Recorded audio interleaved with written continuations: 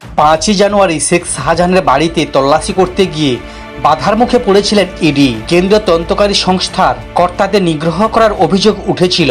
ভাঙচুর চলেছিল গাড়িতে, উত্তেজিত জনতায় বাধা পেয়ে ফিরতে হয়েছিল আধা সেনাকে। তারপর থেকে লাগাতার খবরের শিরোনামে সন্দেশখালি। যদিও এ ঘটনার পর টানা 55 দিন খোঁজ মেলেনি শাহজাহানের। এদিন শুক্রবার সকালে সরবেরিয়ায় আবু তালেব মোল্লার বাড়িতে মিলেছে অস্ত্র ভাণ্ডারের খোঁজ। সূত্রে খবর, দেখা মিলেছে প্রচুর বিদেশি অস্ত্রের। তারপর থেকে অপারেশনে নেমেছে এনএসজি। এই বিদেশি অস্ত্র কি 5 জানুয়ারি শাহজাহানের বাড়িতে ছিল? সেই কারণেই কি ইডিকে মরিয়া হয়ে আটকান শাহজাহান বাহিনী? উঠেছে প্রশ্ন।